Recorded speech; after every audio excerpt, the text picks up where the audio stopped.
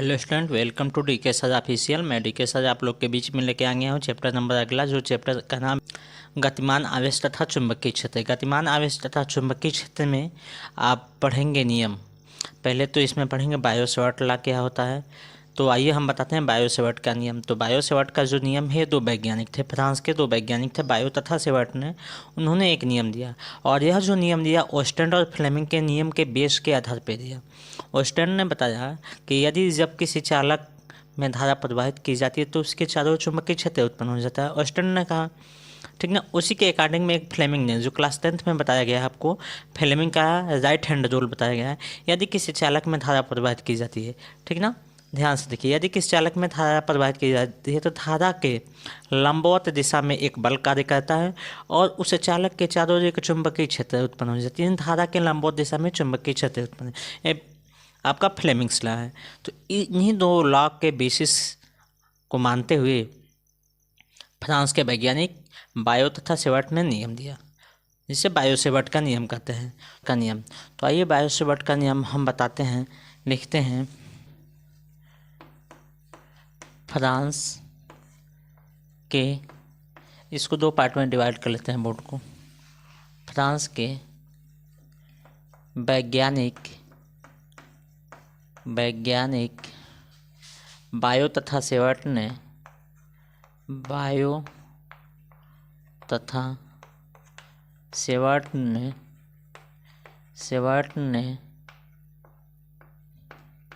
सन 1820 में धारावाही चालक के संबंध में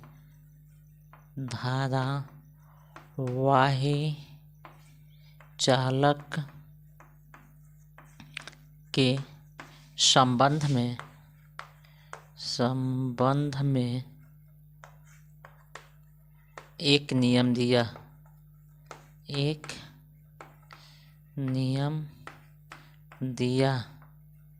जिसे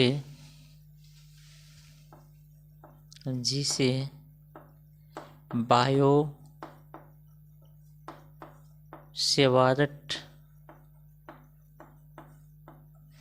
नियम कहते हैं।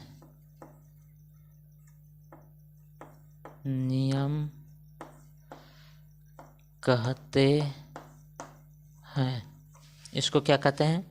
बायो सेवर्ट नियम कहते हैं। आइए हम एक धारावाही चालक बनाते हैं।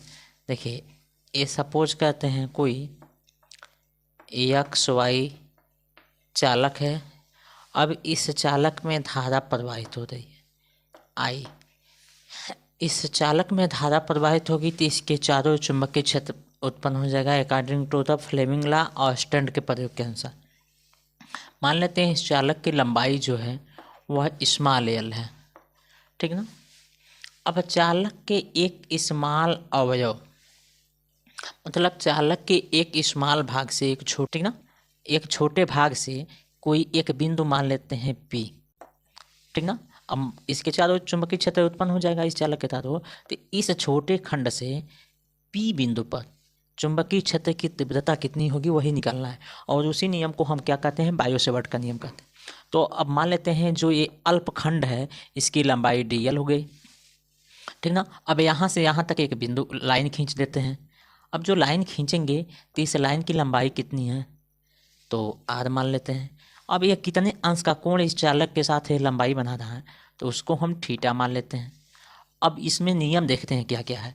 तो लिखेंगे इस नियम के अनुसार, ठीक ना, या इस कथन के अनुसार, इस नियम के अनुसार कहिए या कथन के अनुसार। अब क्या वो नियम बताए, कथन क्या बताए हैं सब वैज्ञानिक बायो तथा सेवर्ट ने।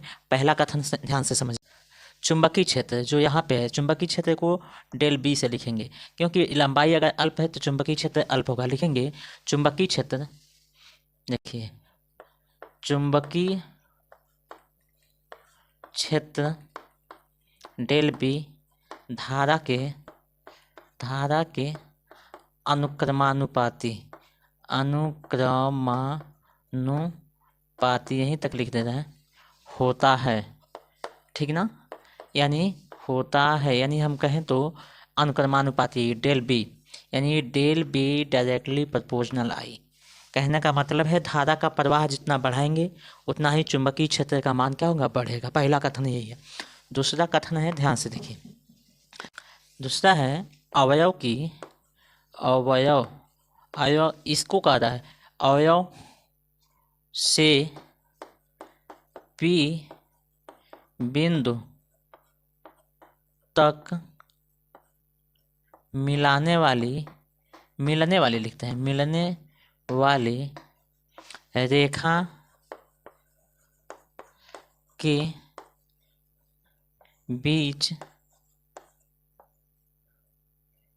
के बीच कोण के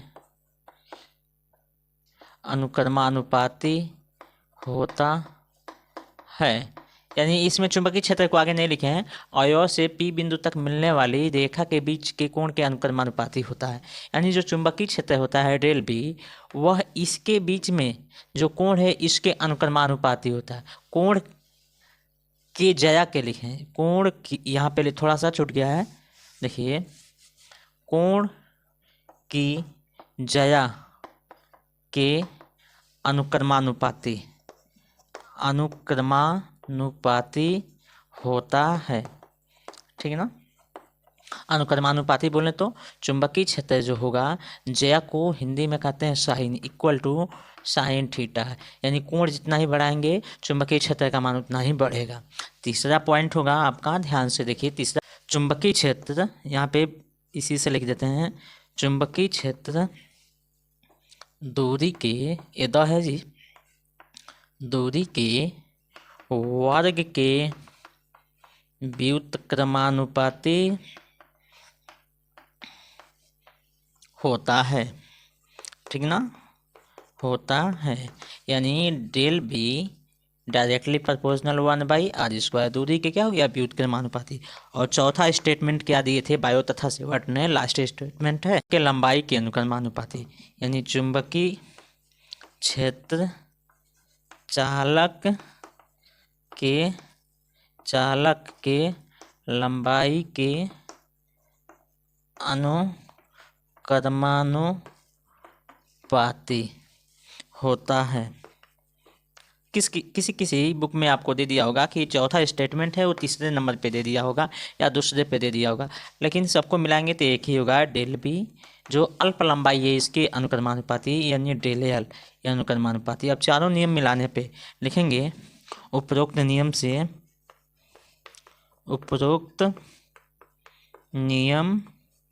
से सब में डेल बी है, देखिए डेल बी है तो हम लिख देते हैं डेल बी अनुक्रमानुपाती का चिन्ह।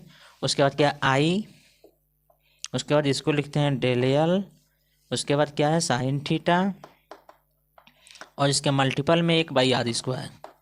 सबको मिलाएंगे तो हो जाएगा डेल बी, अनुक्रमानुपाती हटाएंगे तो एक नियतांक लगा लेंगे, तो इसको लिखेंगे μ/4π, अनुक्रमानुपाती नियतांक है, ठीक ना।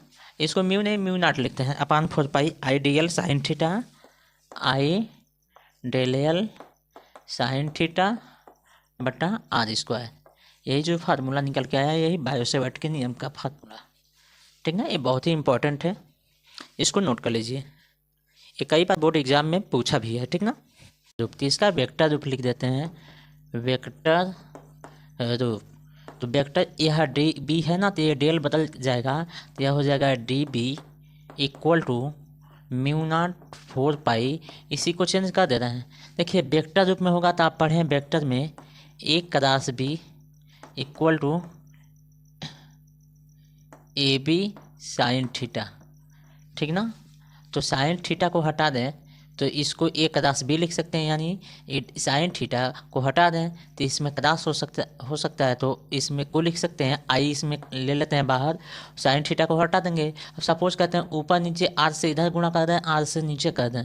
ध्यान से देखिएगा, इसमें फार्मूला में आर से ऊपर और ना आर से नीचे गुणा कर दें, तब तो यह आर क्यू हो जाएगा, तो ये बटा में हो गया आर क्यू।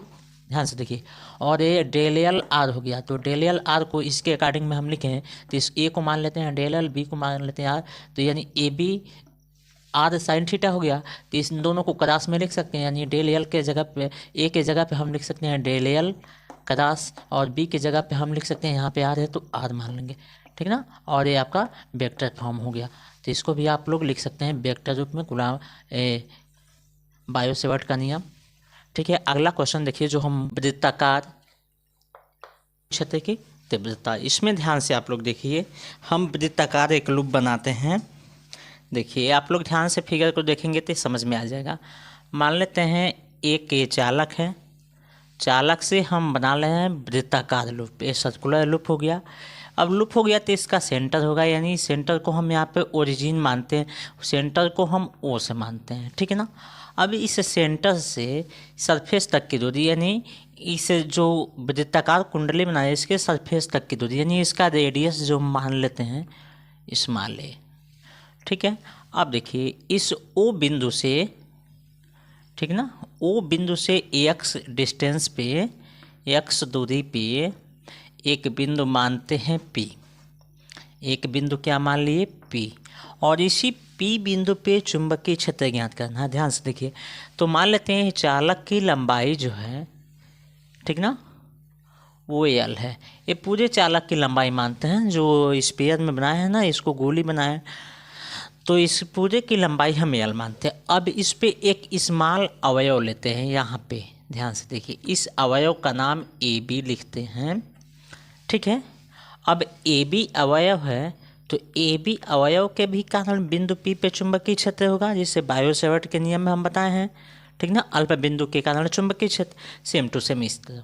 तो अब यहाँ से एक लाइन हम पी बिंदु पे ड्रा कर लेते हैं, खींच लेते हैं, देखिए ऐसे करके एक लाइन खींच लिए।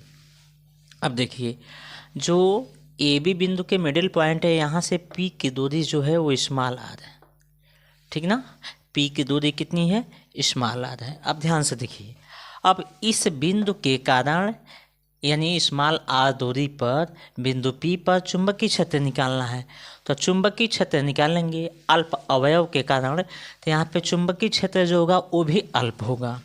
अब ध्यान से देखिए, जब यहाँ पे अल्प होगा तो जो चुंबकीय क्षेत्र है, इस देखो ये जो लाइनिंग है एक्स अक्ष वाली, इसके लंबवत हम निकालेंगे, तो इसके लंबवत यानी ये 90 डिग्री, तो यहाँ पे अल्प चुंबकीय क्षेत्र होगा, और जिसको हम लिखेंगे डी बी।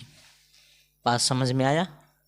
अब इसका डायरेक्शन इधर होगा, यहाँ पे जो होगा चुंबकीय क्षेत्र उसका डायरेक्शन इधर। अब इसको दो घटक में हम वियोजित करते हैं, दो घटक में यहाँ पे बांटते हैं, तो इसका एक घटक, अब ध्यान से देखिए, इसके लंबवत होगा, जो ये लाइन है इसके लंबवत, यानी सॉरी जो ये लाइन खींचे है ना, इस लाइन के लंबवत इसका। अब देखिए अल्प चुंबकीय क्षेत्र, अब इस चुंबकीय क्षेत्र को दो घटक में वियोजित करेंगे, दो घटक में वियोजित करेंगे तो एक होगा लंबवत घटक, एक समांतर घटक, एक ऊर्ध्वाधर एक लंबवत होगा। देखिए यहाँ पे इसको हम दो घटक में वियोजित करें तो एक घटक इसके साथ 90 अंश और एक ऐसे, यानी एक दूसरे के 90 अंश पे होगा। तो यहाँ पे अगर इस कोण को हम अल्फा मानते हैं तो यह भी कोण कितना होगा अल्फा होगा, और ये पूरा कोण कितना है 90 डिग्री है। तो ध्यान से देखिए, थीटा के पास वाला कास होता है तो यह हो जाएगा डी बी कॉस अल्फा, और इधर वाला हो जाएगा डी बी यानी डेल बी साइन अल्फा। बात समझ में आया, ठीक ना। अब हम लगाएंगे बायो सेवर्ट का नियम, तो यहाँ पे लिखेंगे बायो सेवर्ट के नियम से, बायो अभी इसके पहले आप पढ़े हैं, सेवर्ट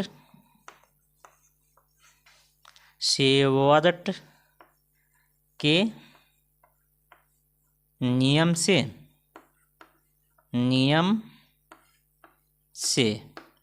बायो सेवर्ट के नियम से आप लोग पढ़े हैं D B equal to mu naught by 4 pi I D L sine theta, और यहाँ पे कोण क्या है अल्फा है, तो साइन अल्फा बटा, ठीक ना, आर स्क्वायर। या आप किससे पढ़े हैं बायो सेवर्ट के नियम से, बायो सेवर्ट के नियम से फार्मूला पढ़ लिए। लेकिन देखिए अल्फा और डीबी के दिशा में यहाँ पे जो कोण है वो 90 डिग्री है। तो यहाँ पे लेंगे अल्फा इक्वल टू 90 अंश, तब हो जाएगा DB equal to mu naught 4 pi I D L sine 90, और साइन 90 की वैल्यू कितनी होती है, 1 होती है।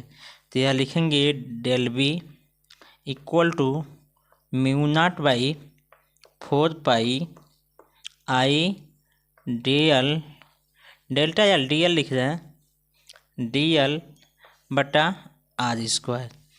इसको हम मान लेते हैं समीकरण 1।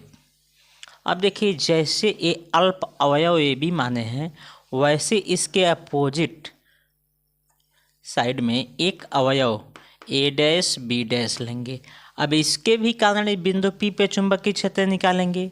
तो यहाँ से एक लाइन ऐसे खींचते हैं और इस पी बिंदु पे मिला देते हैं, लाइन को पी बिंदु पे मिला दिए। अब देखिए जब पी बिंदु पे मिलाएंगे तो इस पी बिंदु पे चुंबकीय क्षेत्र फिर से इसी के जैसे दो घटक में वियोजित होगा। तो दो घटक में, तो एक घटक इसके लंबवत यानी ऐसे इसे 90 डिग्री पे, यानी डे बी डेल्टा बी। अब डेल्टा बी को दो घटक में वियोजित करेंगे, एक नीचे होगा एक इस एक्सिस में होगा। तो जो इस एक्सिस में होगा वो भी डी बी साइन अल्फा के बराबर होगा, क्योंकि यह कोण अगर अल्फा है, ध्यान से देखिए, तो यह भी कोण क्या होगा, अल्फा होगा। और नीचे वाला घटक इसके लंबवत घटक जो होगा ये डी बी कॉस अल्फा होगा। अब ध्यान से देखिए आप लोग, जो एक कास अल्फा है एक दूसरे के अपोजिट में है, दोनों कास अल्फा एक दूसरे के अपोजिट में है, ठीक ना। तो यह एक दूसरे को निरस्त कर देंगे। तो इसमें हम लिखते हैं, ध्यान से देखिए, दो स्टेप लिख लेते हैं ताकि लिखेंगे इसी प्रकार ऊपर से लिख देते हैं, ठीक ना। इसको दो पार्ट में डिवाइड कर देते हैं, लिख रहे हैं इसी प्रकार, ठीक ना, ए डैश बी डैश के कारण बिंदु P पर चुंबकीय क्षेत्र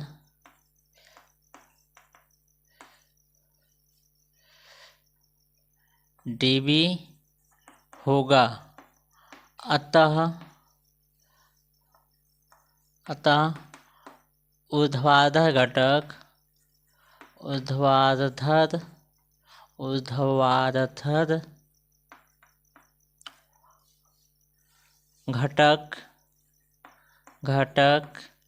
dB cos थीटा एक दूसरे को निरस्त कर देंगे। अतः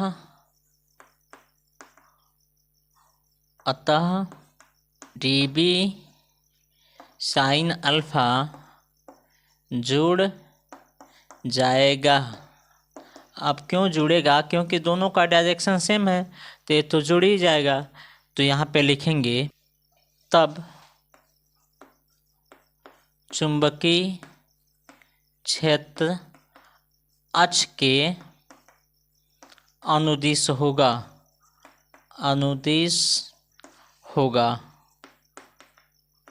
इम्प्लाई डेट, यानी जो चुंबकीय क्षेत्र होगा वो अक्ष के अनुदिश होगा। तब निकालेंगे B equal to integration dB sine alpha. अब देखिए dB का मान समीकरण 1 से रखते हैं, लिखेंगे समीकरण 1 से। कहाँ से, समीकरण 1 से। समीकरण 1 से लिखेंगे B इक्वल टू इंटीग्रेशन 1 का मान क्या है, mu naught by 4 pi ideal R square, mu naught by 4 pi I D L by R square sine alpha. एक काम करते हैं, साइन अल्फा का मान यहाँ से निकाल लेते हैं। यह त्रिभुज देख रहे हैं आप लोग, यानी ए बी के बीच में जो बिंदु है यहाँ से ओ और ए बी के बीच के बिंदु और बिंदु पी, इससे निकालते हैं तो साइन अल्फा इक्वल टू हो जाएगा साइन अल्फा, चूँकि साइन अल्फा बराबर लंब बटा कर्ण होता है, तो लंब क्या है ए है, ए कर्ण क्या है आर है, तो लंब बटा कर्ण ए बटा आर हो गया लेते हैं और कांस्टेंट को बाहर कर लेते हैं, तो बी इक्वल टू हो जाएगा integration mu naught by 4 pi I D L बटा आर स्क्वायर इंटू 1/r, यानी ए बटा आर मल्टीप्लाई करा के कॉमन ले लेते हैं कांस्टेंट को, तो यह हो जाएगा म्यू नॉट आई ए बटा नीचे हो गया 4 पाई r³ इंटीग्रेशन dl। अब देखिए यह वृत्ताकार लूप है, तो इसकी परिधि क्या तो होती है वृत्ताकार लूप की परिधि, यानी dl पूरी लंबाई, तो इंटीग्रेशन का मतलब संपूर्ण के लिए निकाला जाए, तब परिधि इसका क्या हो 2πr होता है, तो यहाँ पे r रेडियस होता है, तो यहाँ पे रेडियस a है, तो इसकी परिधि हो जाएगी, यानी dl इसका वैल्यू हो जाएगा 2πa।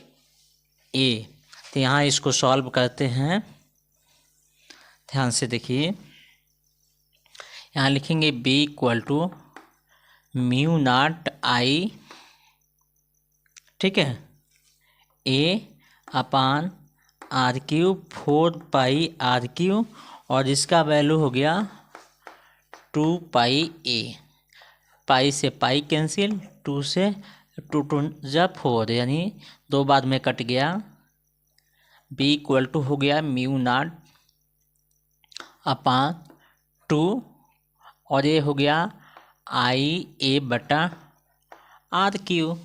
अब एक ध्यान से एक बात समझिए, अगर r का मान निकालें चित्र से, देखिए एक कर्ण है, ए लंब है, ए आधार है, तो पाइथागोरस पर में लगाएंगे और यहाँ से r का मान निकाल लेंगे, तो r का मान निकालेंगे तो लिखते हैं चित्र से, अब इसमें लगाएंगे पाइथागोरस प्रमेय, तो इसमें लिखेंगे लंब का स्क्वायर इक्वल टू कर्ण का स्क्वायर इक्वल टू लंब का स्क्वायर प्लस आधार का स्क्वायर, कर्ण का स्क्वायर यानी r का स्क्वायर इक्वल टू वही है ना लंब का स्क्वायर यानी a का स्क्वायर प्लस आधार का स्क्वायर यानी x का स्क्वायर, ठीक ना। r स्क्वायर का मान तो मिल गया, तो यहाँ पे r स्क्वायर का मान रख देते हैं, ठीक ना। तो इसको लिखेंगे b equal to mu naught I A बटा r स्क्वायर का मान रखिए, ठीक है। अब देखिए एक जगह हम लोग गलती किए हैं, a और a का गुणा करेंगे तो यह a स्क्वायर हो गया, तो यहाँ भी a स्क्वायर लिखेंगे, r स्क्वायर का मान यहाँ पे रखते हैं तो यह 2 हो गया, r स्क्वायर का मान रखते हैं, एक r बचा है तो एक r का मान हम रखेंगे या डायरेक्ट यहाँ पे स्क्वायर का मान रख देते हैं, तो यह हो जाएगा a square plus x square पे पावर 3/2 और यही आपको निकालना था, तो इसको नोट कर लीजिए, बहुत ही इंपॉर्टेंट क्वेश्चन है, कई साल का पूछा हुआ है, ठीक है ना। तो इस देखिए हम मंसाल से पढ़ने क्वेश्चन है, बायो-सेवर्ट के नियम की सहायता से अनंत लंबाई के धारावाही चालक के कारण r दूरी पर उत्पन्न चुंबकीय क्षेत्र की तीव्रता का व्यंजक ज्ञात कीजिए। धारावाही चालक के कारण चुंबकीय क्षेत्र के व्यंजक निकालना है, तो आप लोग इसको ध्यान से देखिए, हेडिंग लिख देते हैं धारावाही चालक के कारण, धारावाही चालक के कारण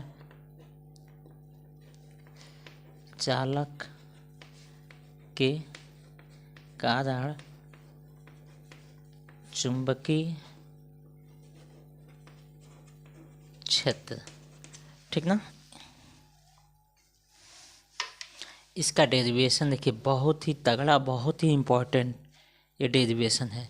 धारावाही चालक बनाते हैं, मान लेते हैं कोई धारावाही चालक है, ठीक ना, ये यहीं से बनाते हैं, या कोई एक धारावाही चालक है, रख लेते हैं सी डी।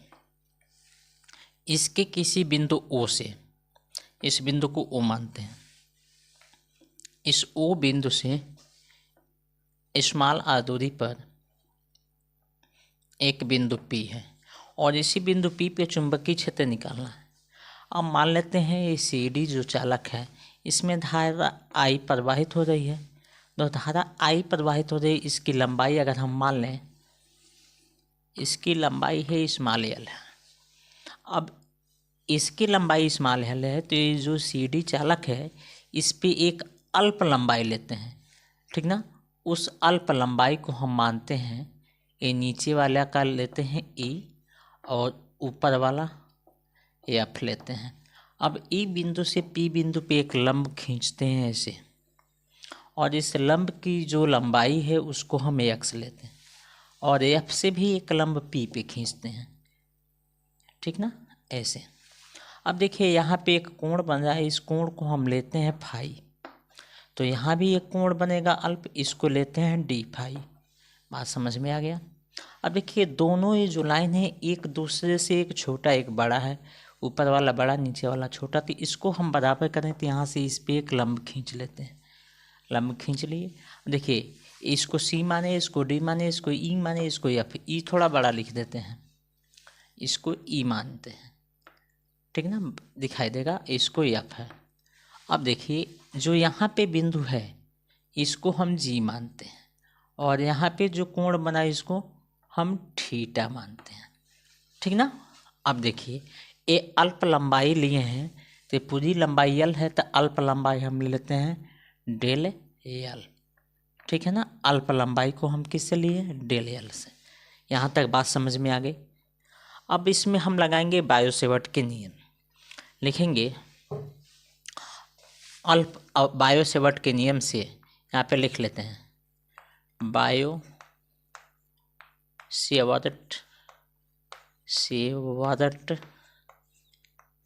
के नियम से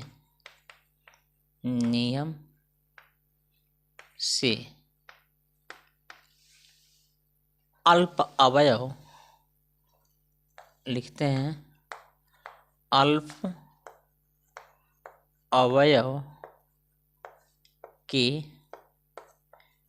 कारण बिंदु P पर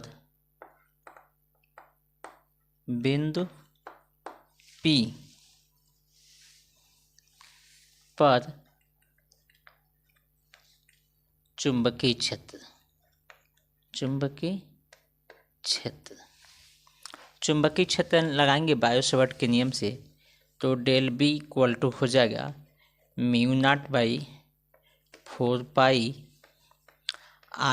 डेल एल साइन थीटा बट्टा आर स्क्वायर। आर स्क्वायर देखिए इसके कारण लगा रहे हैं, तो इसके बीच की दूरी x है, तो आर के जगह पे हम क्या लिखेंगे, एक्स स्क्वायर। अब देखिए यहाँ पे साइन थीटा आ गया, इसको ध्यान से समझिए नहीं तो कभी नहीं समझ में आएगा। रफ कार्य जितना होगा हम इधर करेंगे, एक बॉक्स हम बना देते हैं, इसी में टोटल रफ कार्य करेंगे, बहुत ज़्यादा इसमें करना पड़ेगा, ठीक ना। इसमें लिख लेते हैं हम रफ कार्य इसी में करेंगे। अब देखिए इस साइन थीटा का मान निकालना है, कोण तो यह थीटा है, तो ये त्रिभुज एक बनाएंगे, एक त्रिभुज यहाँ पे बनाएंगे, ठीक ना। इस एंगल को हम थीटा माने हैं, यह हो गया आपका थीटा, ठीक ना। और यह हो गया कोण यानी ई एफ, इधर ऊपर वाला ई हो गया, ये ई हो गया, यह एफ हो गया, यह डेल एल हो गया, ठीक है ना। और यह हो गया जी, ठीक है। तो यहाँ से हम साइन थीटा निकालते हैं। साइन थीटा बराबर लंब बटा कर्ण, लंब कितना है जी ई जी, और कर्ण क्या है डेल एल। तो लिखेंगे ई जी बराबर डेल एल साइन थीटा। अब इसका मान डेल एल साइन थीटा के जगह पे हम क्या लिख सकते हैं, ई जी लिख सकते हैं। डेल एल साइन थीटा के जगह पे हम ई जी लिख सकते हैं। अब लिखते हैं यहाँ पे, ठीक ना। अब ध्यान से देखिए, म्यू नॉट अपान 4 पाई ए म्यू है आई, डेल एल साइन थीटा के जगह पे हम क्या लिख सकते हैं, ई जी बटा एक्स स्क्वायर। एक किसका वैल्यू है, डेल बी का। अब देखिए ई जी, अब हम इस ट्रायंगल की बात कर रहे हैं। ई जी पी से लिखेंगे त्रिभुज ई जी पी से। इस त्रिभुज को हम बनाते हैं, ध्यान से देखिए, ये पी बिंदु है, यहाँ पे है डी फाई, ठीक ना, डी फाई, ये पी बिंदु है, और यह आपका कर्ण है ई पी, यानी यह ई, और यह हो गया जी। अब यहाँ से ई जी का मान निकालते हैं। ई जी का मान निकालें ई बटा जी का, तो लंब बटा कर्ण। देखिए ये जो ई से पी की दूरी है यह एक्स है। यहाँ भी हम साइन फाई निकालते हैं, तो लिखेंगे साइन डी फाई, क्योंकि अल्प कोण है तो लंब बटा कर्ण। लंब क्या है ई जी, और कर्ण क्या है, कर्ण देखिए ये कर्ण है, ये एक्स हो गया। ई जी बराबर साइन क्या हो जाएगा डी फाई एक्स। जहाँ ई जी है वहाँ साइन डी फाई एक्स लिख सकते हैं। तो इसमें लिखेंगे ई जी के जगह पे D B mu naught 4 pi I, ई जी के जगह पे क्या लिखेंगे साइन डी फाई एक्स बटा एक्स स्क्वायर। एक से एक कैंसिल हो गया, लिखेंगे D B equal to mu naught by 4 pi I sine D phi by X. यहाँ तक किसी को डाउट नहीं है, डाउट ना, ठीक। मेरे पढ़ाए हुए में किसी को कन्फ्यूजन नहीं होगा अगर सही से आप लोग देखेंगे तो, ठीक है। ये इतना बात तो समझ में आ गया। अब त्रिभुज लेते हैं, ठीक ना। अब त्रिभुज लेते हैं ओ पी ई, ठीक है। इसमें लेते हैं अब त्रिभुज, ध्यान से देखिए, लेते हैं त्रिभुज ओ पी ई से। ओ पी ई त्रिभुज देखिए, ओ पी ई में अगर कास फाई का मान निकाल दें, ठीक है ना, इसमें किसका मान निकालें कॉस फाई का, तो इसमें मान निकाल देते हैं कॉस फाई का, खा देते हैं। जैसे एक कोण छोटा है, तो कोण छोटा होता है तो जया को छोड़ देते हैं। अभी इसका मान निकाल लेते हैं, पहले मान निकाल लेते हैं तब आपको बताते हैं। Cos phi, cos phi, cos theta का मतलब होता है आधार बटा कर्ण। आधार कितना है एक आर है, कर्ण कितना है एक्स है, तो आधार बटा कर्ण यानी आर बटा एक्स, ठीक है, आधार बटा कर्ण, यानी एक्स बराबर लिख सकते हैं हम आर बटा कॉस फाई। और यहाँ का कंडीशन देखिए, अगर कोण छोटा हो तो जया को छोड़ देते हैं, तो यहाँ पे लिख लेते हैं अगर कोण क्या हो छोटा हो, छोटा हो तो जया को क्या कहते हैं, यहाँ नीचे लिख देते हैं छोड़ देते हैं।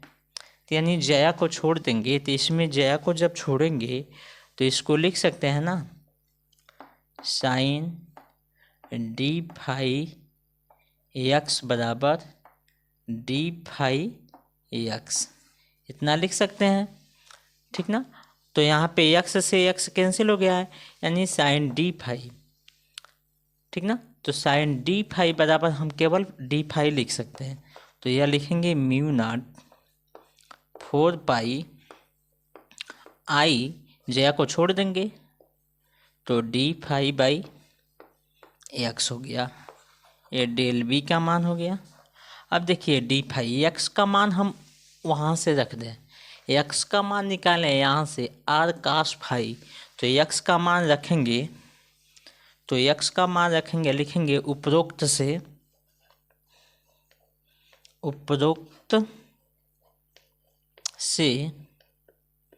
एक्स का मान रखने पर मान रखते हैं तो क्या मिलता है, del V equal to mu naught by 4 pi I D phi by X का मान कितना है, आर कॉस फाई। अब इसको हम यहाँ से सॉल्व करते हैं, ठीक ना। उसको हम सॉल्व करते हैं तो इसको लिखेंगे del B equal to mu naught by 4 pi I cos D phi upon R, ठीक ना। यह एक फार्मूला आपको निकल गया, यह एक फार्मूला आपको निकल गया, ठीक है। फार्मूला और निकालते हैं, अगर संपूर्ण चालक के कारण हम निकाल दें, तब संपूर्ण चालक के कारण निकालें तो ध्यान से देखिए, यहाँ से एक डॉटेड लाइन मिलाते हैं और यहाँ से भी एक डॉटेड लाइन मिलाते हैं, ठीक है। और नीचे वाला जो एंगल बनेगा इसको फाई 1 मानते हैं, ऊपर वाला जो यह एंगल बनेगा इसको फाई 2 मानते हैं। अब देखिए मूल बिंदु से जो नीचे होता है उसको माइनस ले लेते हैं, ऊपर वाले को प्लस लेते हैं, तो निकालेंगे अतः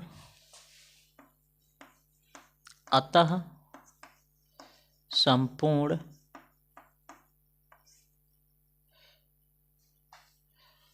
चालक के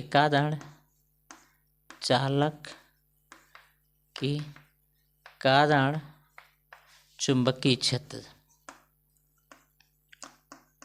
integration del B equal to integration -φ1 है नीचे, क्योंकि मूल बिंदु से नीचे है तो माइनस हो गया, और ऊपर का φ2, ये हो गया mu naught 4 pi I cos D phi by R. Constant value को बाहर कर लेंगे, तो कांस्टेंट को बाहर करते हैं, डी बी को करेंगे तो बी हो गया।